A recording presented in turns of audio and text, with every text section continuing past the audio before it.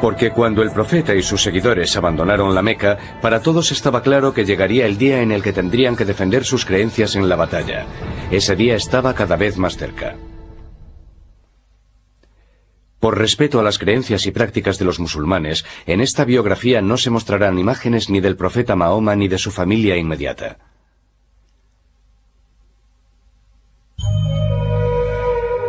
Aunque los fundamentos religiosos del Islam incluían el mensaje de paz de Jesús, también habían adaptado la tradición judía de la justicia. Los versículos del Corán que fluían de boca de Mahoma empezaban a incluir un mensaje que justificaba la defensa armada de la comunidad. Se les da permiso para luchar porque son perjudicados. En verdad, Alá el Poderoso acudirá en su ayuda. Son aquellos que han sido expulsados de sus hogares. Los planes de Mahoma para la defensa de la comunidad comenzaban a incluir la palabra yihad. Es un término que suelen citar los que se oponen al Islam como prueba de la confianza de esta religión en la violencia y en la guerra. Pero el verdadero significado de yihad es algo muy diferente. Yihad procede de la raíz arábiga yihada, que significa lucha. Se hace referencia a ella continuamente como una lucha en nombre de Dios. Si la yihad es financiera, se responde financieramente. Si la yihad es violenta, se responde con violencia. Y esas son maneras de restablecer la paz. Pero en la historia, los extremistas se apropian, en una etapa ya muy temprana, de esa noción de yihad. Y eso es lo que se relaciona con lo que los extremistas como Osama Bin Laden y Al-Qaeda hacen mucho más tarde. Apropiarse de este concepto de yihad para legitimar lo que ellos quieren hacer. Mahoma ya había hablado de la yihad cuando los musulmanes aún vivían en la Meca, pero las nuevas revelaciones hacían hincapié en un aspecto diferente de la yihad. Llegaron en un momento en el que los musulmanes de Medina luchaban por su supervivencia. Los Quraysh habían conseguido que la mayoría de ellos saliesen de la Meca sin llevarse nada de valor. Cuando Mahoma y sus seguidores llegaron a Medina, eran en cierto modo exiliados de su ciudad natal. Estaban sin empleo, por decirlo claramente. No tenían ninguna forma de ganarse la vida. No cultivaban dátiles y toda la tierra disponible en aquel asentamiento agrícola ya tenía dueño. Por eso comenzaron a realizar incursiones. Dios había dado a los musulmanes la orden de luchar, y ahora las revelaciones de Dios permitían que esa lucha incluyese el derecho a la supervivencia. Y así vemos cómo la yihad llega a definirse como el derecho y a veces la obligación de los musulmanes, tanto en calidad de individuos como de comunidad musulmana, a defenderse, a involucrarse en una guerra defensiva. Armado con la aprobación del Corán para defender su comunidad, Mahoma eligió una solución tradicional árabe: defiéndete atacando. Mahoma encabezaría el ejército que atacaría la caravana Quraysh más importante del año. El plan de Mahoma consistía en interceptar la caravana cuando ésta se acercase a los pozos de Badr, cerca del Mar Rojo. Pero antes de que sus fuerzas llegasen a los pozos, a la Meca llegaron noticias de la existencia del ejército musulmán. Los líderes Quraysh se escandalizaron por el hecho de que Mahoma intentase capturar su caravana. 1000 hombres salieron de la Meca para enfrentarse al ejército musulmán. Mahoma sabía que los Quraysh le obligarían a luchar.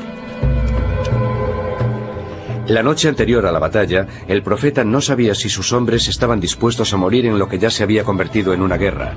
Pero después de escuchar las estimulantes arengas, sus seguidores juraron ofrecer sus vidas por el Islam.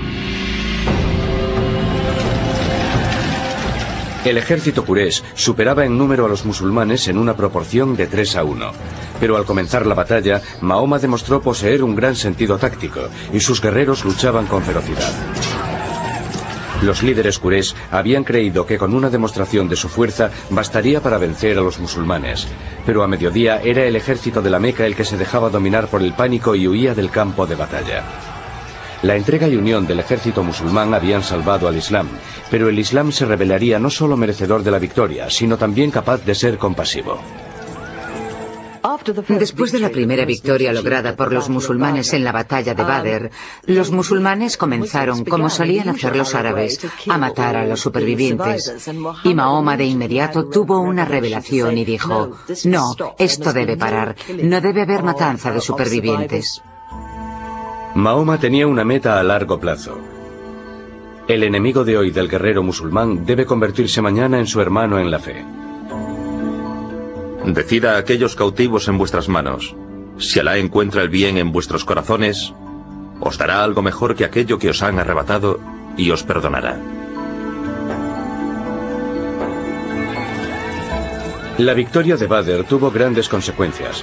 Después de la batalla, los conversos de toda Arabia empezaron a llegar a Medina. Al igual que los musulmanes, estos conversos vieron la victoria como una señal de la salvación de Dios y una protección similar a la división del Mar Rojo que hizo Dios para los israelitas. La batalla de Badr tiene una importancia enorme para la comunidad musulmana y creo que fue el primer acto político que tuvo éxito, que cimentó la visión o el sueño de que el Islam podría establecer una comunidad, que el Islam podría llegar a ser una civilización. Durante 3 años más, el ejército Quraysh intentaría destruir la comunidad musulmana. Ganaría algunas batallas, pero siempre Mahoma y sus seguidores luchaban y sobrevivían, mientras su número continuaba creciendo. Mientras el ejército mequinés luchaba por volver a casa después de la última batalla perdida, su líder se vio obligado a admitir por fin: todo hombre juicioso sabe ya que Mahoma no ha mentido. Medina y la comunidad musulmana estaban libres por fin de ser atacadas. El profeta estaba preparado para emprender el último paso en cumplimiento de su destino. Ese paso consistiría en regresar a la ciudad sagrada de la Meca.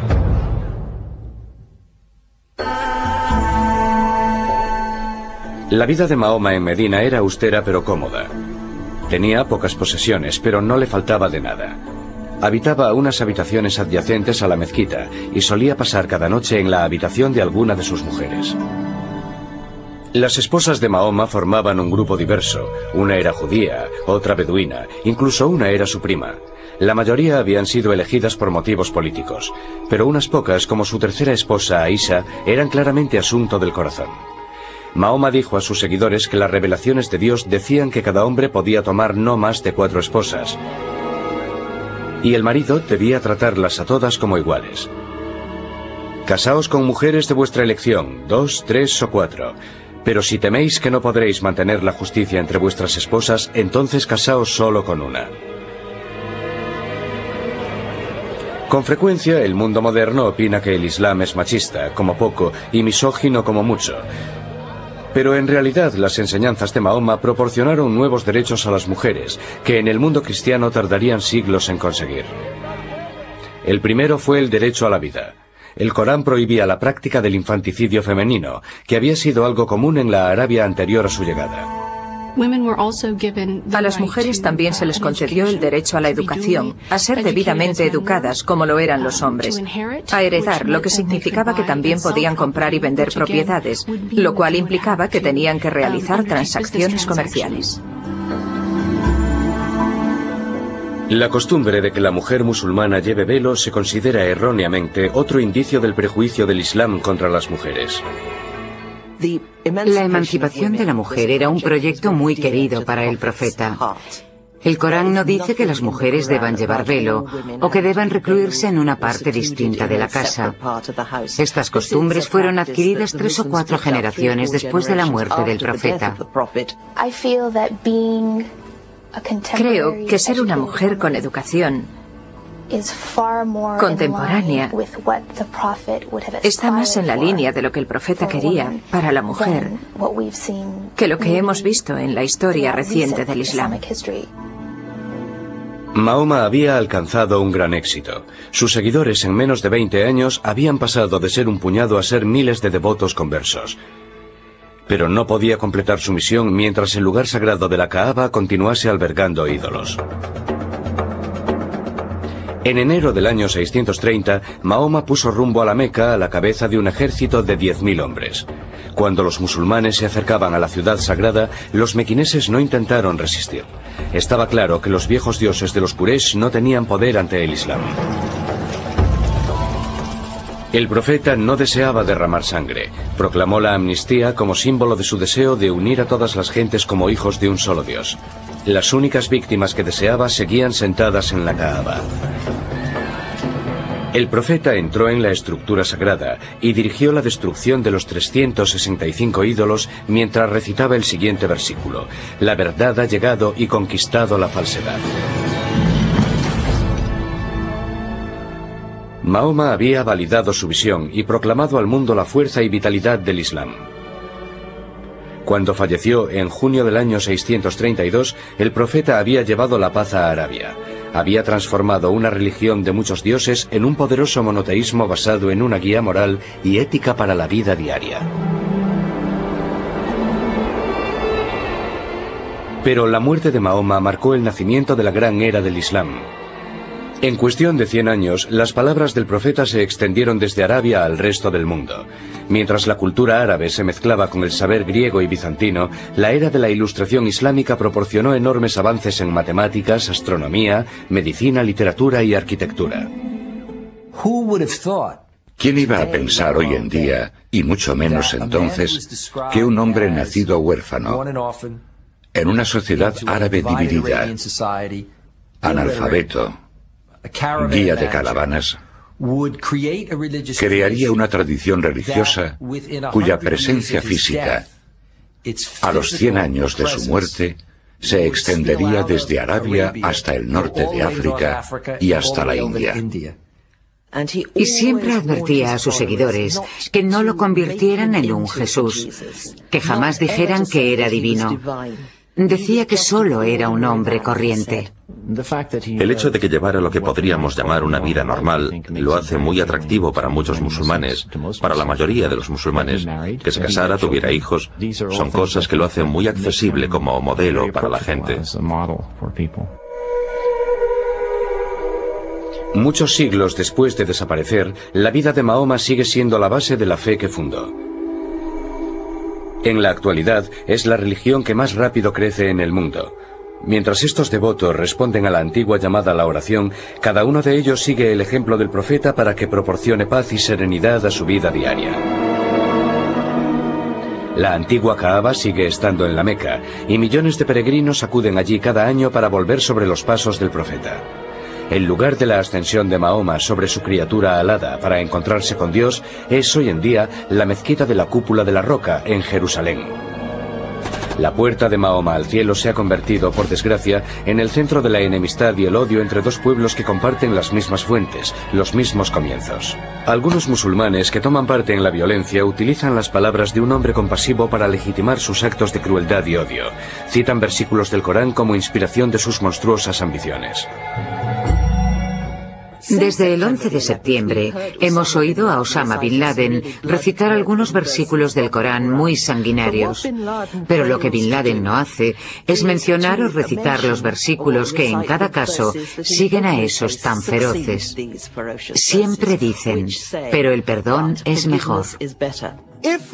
Si queremos coger parte del relato, uno de los capítulos, y desarrollar un concepto del profeta basándonos en ese único capítulo, claro que nos saldrá distorsionado y percibiremos al profeta como un hombre violento, un hombre que odia. Cuando la gente comete injusticias, es violenta en nombre del Islam. Comete injusticias y es violenta contra Mahoma y contra Dios. Para que la paz llegue a un mundo convulso, los musulmanes y los no musulmanes deberán hallar una fuente de confianza y aceptación de sus metas comunes. Una de esas fuentes podría ser una mejor comprensión de la vida de Mahoma. Liberadas de las motivaciones egoístas que algunos terroristas pretenden darles, las palabras del profeta siguen ofreciendo esperanza y optimismo a un mundo turbulento. Si alguien mata a un ser humano, será como si hubiese matado a toda la humanidad.